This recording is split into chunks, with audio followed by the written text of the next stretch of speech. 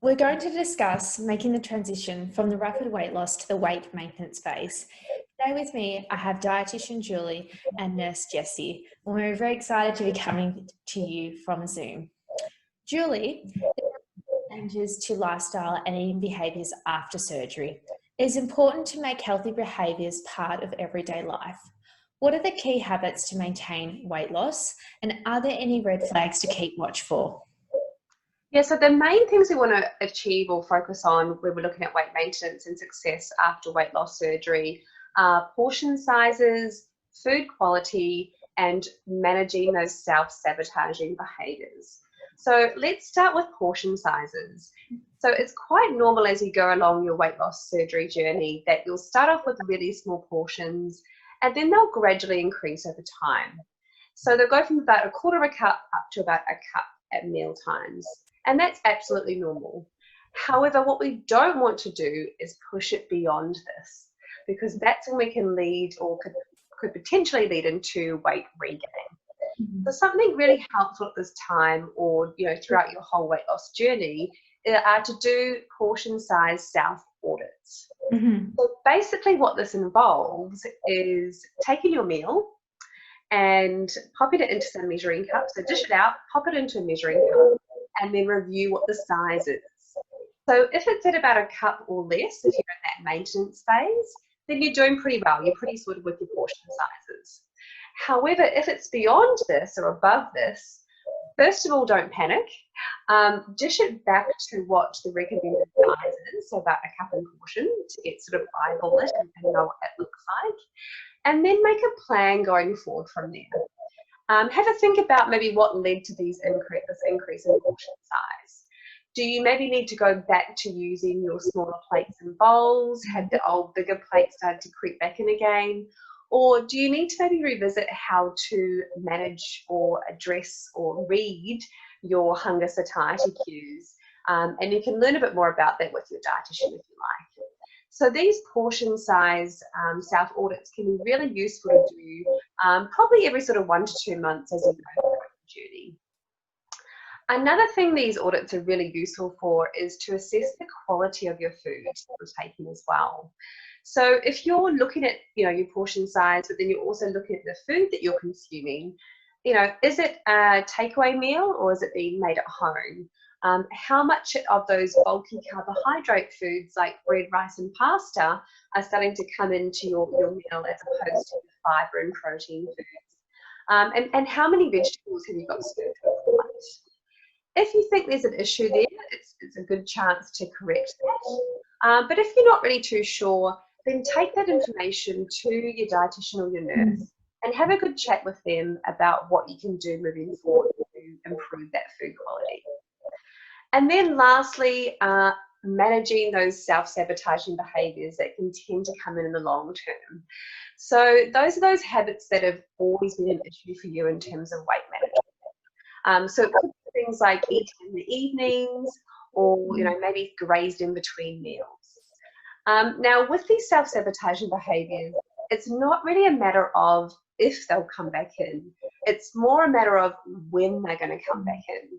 So it's so important that we manage these. So something that can be really useful here is to keep a bit of a food diary. So, if you start to sort of think, or if you start to be concerned that some of these old habits are coming back in again, keep a diary just maybe of about 3 days and write down what you ate, what time you ate it, and what were some of the thoughts and feelings around when you had that food. And then start to go through and circle some of those problematic behaviours. And you'll start to notice that there's a bit of a pattern going on there. So it could always be in the evening, you start to snack on biscuits again, because that's when you've had a stressful day and, you've maybe put the kids down to bed and it's a bit of you time. So what we know about these habits is they happen on autopilot, so they happen, automatically. And they tend to happen in patterns, and they tend to be in response to some sort of trigger or unmet need. So the more we know about these patterns or behaviours, the more that we're likely to be able to manage them. So what you can do is you can take that information with you to a consult with either your dietitian or better yet with an eating behaviour psychologist who we have at the clinic, and you can start to work through those and process those.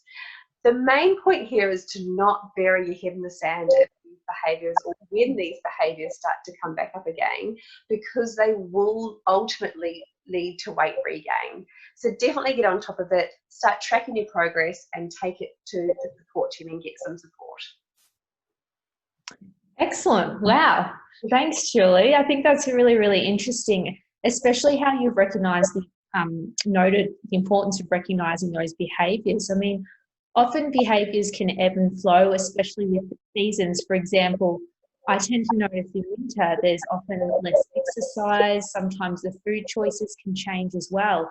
So I think that really draws on the importance that it's important to exercise even if it is cold, or if there is a perceived barrier in place. Like COVID, for example, we've really found out that we can exercise virtually as well as physically in a gym-based setting, for an example. But going along with that, it is really important to maintain a muscle mass after surgery, because we lose muscle and fat. So we do encourage our patients to exercise, if they can, 5 times a week for about 30 minutes. So of moderate to low intensity exercise, we do have an exercise physiologist who can help you if you're not sure where to get started. Really important in terms of maintaining that long-term weight loss, and also firming up areas where there might be some saggy sort of skin, supports the joints and the bones, and also getting out and exercise can definitely improve your mood. Now, all of that being said, with our busy lifestyle, it can be really difficult to maintain these behaviours. I know some of our exercise physiologists have said previously, if exercise was a pill, I mean, everyone would be taking it. But Jessie, I'm wondering if you can help us with some ways that we can maintain these good behaviours and habits. Yeah, absolutely, Jacinta. I think with weight loss surgery, it's important to remember that it's just a tool that can help achieve and maintain optimal weight. The anatomical and hormonal changes will make it easier to restrict your diet, which will lead to rapid weight loss in the first 9 to 18 months. But we've got to remember that temptations, social occasions, emotions, and life's everyday challenges will continue to be present. And this is where personal accountability is imperative to your success. When you are accountable, you're less likely to stray from your post-operative diet, skip a workout or an allied health review. You hold yourself to a high standard and keep your priorities in order. For example, if evening exercise is something that is really important to you, try not to stay late at work. That would mean you missing out on your favourite exercise class. Let your family and friends know how they can help you.